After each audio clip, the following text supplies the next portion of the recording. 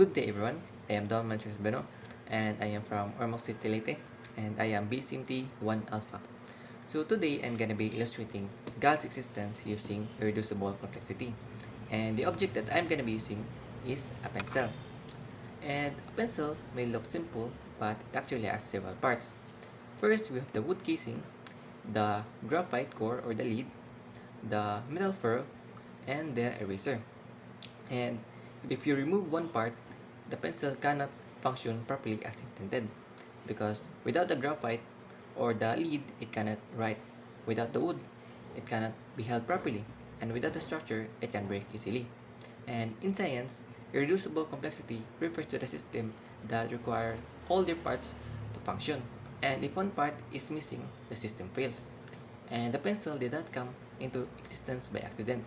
Rather, it was designed by an intelligent maker who understood how each part should work together. So, in conclusion, just as a pencil requires all its parts and a designer to function properly, irreducible complex systems in nature suggest purposeful arrangement.